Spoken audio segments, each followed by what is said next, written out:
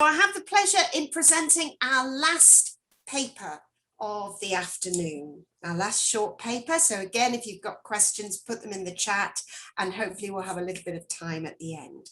And this is Suzie and Hilary, and they're going to be talking, as you can see on the screen, about building where the students are, embedding library skills in a virtual space. So I shall hand over to Suzie and Hilary.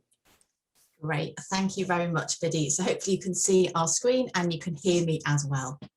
So this afternoon, we're going to be using the analogy of building a house to share the journey that we've been on this year. And I'm Suzie Williams and my colleague is Hilary Oakley. And we are each academic liaison librarians at Sunderland University, each working with a dedicated faculty. Like everyone else in educational settings, like Anne and Louise said earlier, we've been pivoting to online teaching and learning due to the pandemic. And here at Sunderland, we have about 20,000 students based on 3 campuses in Sunderland, London and Hong Kong. And today we're focusing on approaches that we've been taking here at Sunderland for our students in art, design, performing art and social sciences to support students with their information literacy skills. And we'd like to share just one aspect of how we've been developing support for our students. To support synchronous live online teaching we've been doing, we've created a series of asynchronous learning packages to go into Canvas, which is our virtual learning environment, that are tailored and scaffolded for each year group. And today we're going to refer to those as toolkits. So as part of this, we're going to give you a toolkit with ideas and questions that you may be able to use for your project, whatever sector you're working in. So at Sunderland, our approach to liaison is that we can work with faculty as we deem appropriate for our subjects. That's based on our knowledge and understanding of the programmes. There's no need for each librarian to take the same approach, so we've got that flexibility and freedom. So in consultation with our faculties, we've been able to decide this year if we wanted to deliver skills live, online, synchronously, so through things like Microsoft Teams or Canvas, or asynchronously with resources in Canvas or VLE, or a bit of a hybrid approach. And Hilary and I both felt very strongly that working with students is so important. We wanted to continue that live interaction. And we wanted to take the skills development to where the students are. And mainly this year, that this hasn't been on campus. And we recognise that you can cover less content in an online session than you might do in a traditional face-to-face setting. So these toolkits aim to address that, as well as providing students with support, whether they're in Canvas, whether or not they've had a library session. And since getting Canvas RVLE about 3 years ago, it's increasingly apparent that this is where students go as their first port of call. So that's where we needed to be. We wanted to build on what we'd done, and we knew that we were really familiar with using Canvas. We'd used it already to upload our teaching materials after the sessions, and we'd also posted announcements on there to catch students' eye. First of all, we needed to talk to the academics to find out where they thought it would be best to put this information on Canvas. Suzie's program leaders thought it would be really much better if she put it on the module pages, whereas mine were really keen to put it on the program pages themselves. We wanted to follow the instructional design for learning activities that the university endorses. And we also wanted to cherry pick the information that we had on the library pages so that the students could build on that. And we also needed to signpost them to where they would find more. Design was really crucial in what we did. We knew from experience that a student won't bother touching anything that didn't look good design-wise. And this was certainly true of Suzie's students in art and design. We needed to make sure as well that we had enough time that we could dedicate to creating the material and also keeping it up to date. And we were really fortunate because our colleague, Leanne Young, had already found a template page that existed on Canvas using a 3-column format that we could use as the basis for the design. And she'd already added in some interactive features and created lovely graphics that we could recycle as well. So you can see from the page here, this is our example of the home page of the toolkit. So there's a welcome area, and it's followed by one looking at how you would find material. For me, in the social sciences, that material would be the key subject resources pages that I've created. And for Suzie, it would be the British box of broadcasts. So that's terrestrial TV recordings and also exhibition catalogues for art and design students. We built on Leanne's page that she created on critical reading, thinking and writing. And there was also a linking block to referencing to help students with that. And then finally, a block where the students would be able to go for help. So that would link them into the 24/7 chat and all the library guides on there too. In addition, I created a new block, which was dedicated to studying from home. And it had accessibility features in, so links to the software that a student could use for studying, with the idea that once I'd created a home page with that on, I could share it with my colleagues and they could use the same block with their students. We use Panopto at Sunderland University, so we started creating some videos using Panopto, and we embedded those onto the blocks. So the first ones we created were the welcoming ones from the Liaison Librarian, and also wayfinding ones that took you around the library shelves so you would get to know the resources. On top of that, we created ones to help you find and search for information.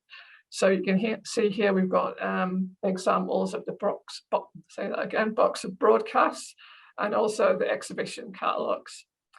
And on the next slide coming up, we've got one of the quiz that Suzie created to help students select information sources. And this just shows that you can be very efficient with your time and also make it very subject specific in what you create as well.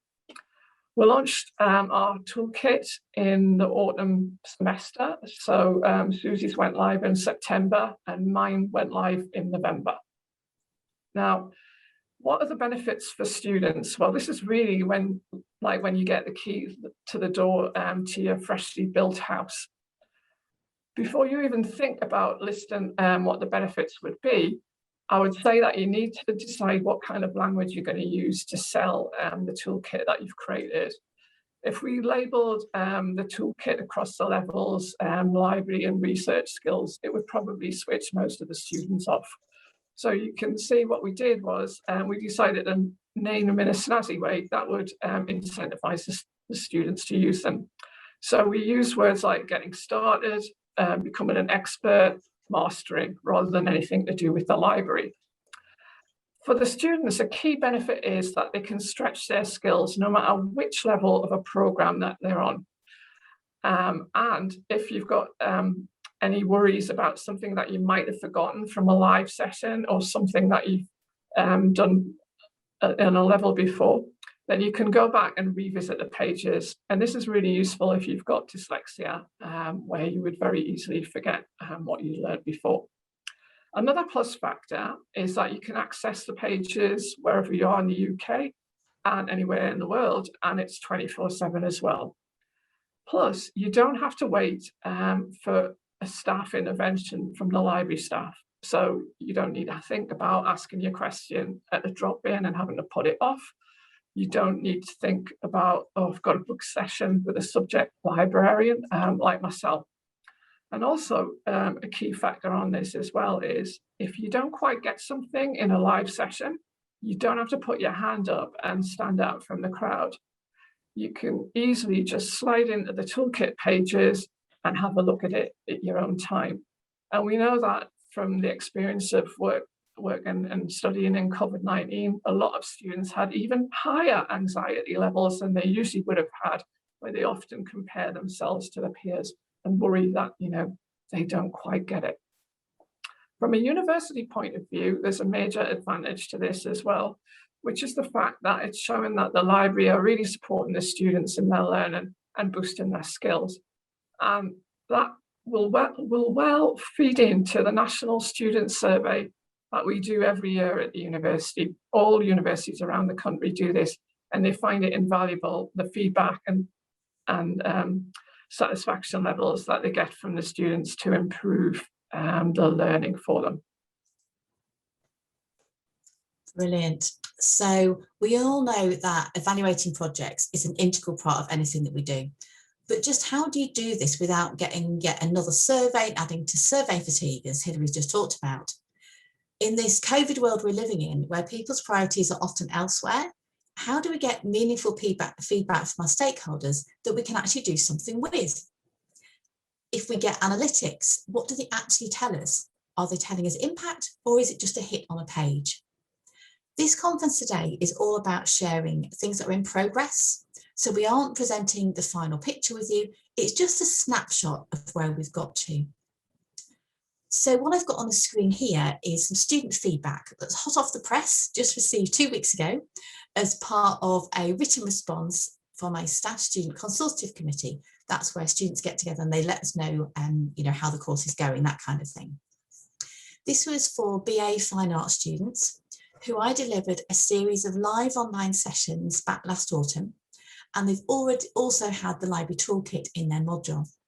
And I was really chuffed to get this feedback because it was 6 months ago that they had their teaching and had their kind of main input. So to get this now in May, when they had their last sessions, probably November, I was really, really made up by that. We've also had really good feedback from our academic colleagues, and here are just a snapshot of some of the feedback that we received. It demonstrates that what we've been providing within Canvas is being appreciated and valued. We have looked at the analytics, like at the hits part of it in our virtual learning environment. Now, this is quite a new tool, so there's not much familiarity within the university of how it operates. It has to be kind of switched on by the module leader, so you can't automatically look it up. And I have to say, it's not that intuitive. But I wanted to engage with this anyway, even though I'm not really a stats person. I much prefer to chat with people. So at the end of semester 1, I looked at the top level analytics. So that landing page, the kind of 3-column thing that Hilary was showing you, for all the modules where I populated it with this toolkit. And it told me that students have been accessing it. Brilliant, which is really positive. It hasn't really been possible to drill down meaningfully further onto each of those subpages or to do analytics by each of those videos Hilary was talking about. But it does tell us there is engagement there. So I've recently met with the instructional designers within the IT team at the university to get their feedback, their professional expertise, as we look for developments for next year. So we got really positive feedback on the use of instructional design and the structure, things about being bite-sized, a mix of small text and then short videos. And one thing I'd wanted to do had been to create more interactive elements for students.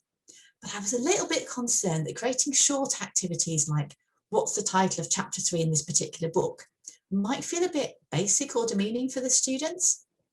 But the instructional designer said, Suzie, don't worry about it. This is the kind of activity that helps give students like a pause in their learning, an opportunity to something different. So I was like, oh, okay. So that's something that I'm going to work on for next year and go, actually, Suzie, push yourself and make some of these little learning objects. We're both getting feedback from academics. And I've actually just this morning, Hilary talked about putting her toolkits in the program spaces, which is maybe more efficient than individual modules. And actually just before this conference, I emailed one of my program leaders saying, what do you think about the change? And he's really up for that. So that was just this morning. So that's even more hot off the press. So what is the relevance of this? If you're not working in an HE library, you might be saying, well, that's all very well for you two, but we aren't in an educational setting where there's like this central virtual space. Well, what I think we'd say is the series of questions we've got here may help. You might say to us, well, your students are a captive audience compared to maybe customers of a public library who could be anyone of any age doing anything. So we encourage you to think about the following questions for your context. So what is the message or the information that you're wanting to convey to your customers? If you're looking at doing something technological, what are your tech capabilities or what support is available in your organisation to help you with that? Where are your customers? You know, where do they hang out? Can you go to that space, either physical or virtual, and do your stuff in that space? Can you use something that exists already, something that you can repurpose rather than creating stuff from scratch? And think about sustainability. How do you keep your thing up to date? And how do you keep it up to date once it's there? We are very grateful that you've let us join you today to share our journey on this project with you. We've given you an insight into how we've built information skills support where our students are within our virtual learning environment, and we've translated that into a series of questions that you can use for your projects. So we're very happy to take any questions you may have now, or our details are in the chat if you want to contact us outside the conference to know more. So I shall now unshare my screen and hand back to Biddy in case there's any questions in the chat.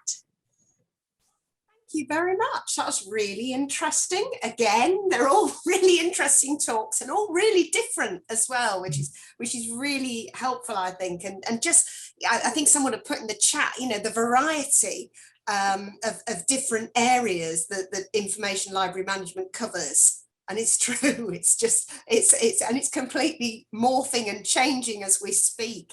And I loved your points about, you know, the fact that students don't touch things when they're not interesting to look at. You're right, you know, that was interesting. And it was also, and the idea of naming library and research skills in language that they find appealing as well. That's something I think that's also quite interesting.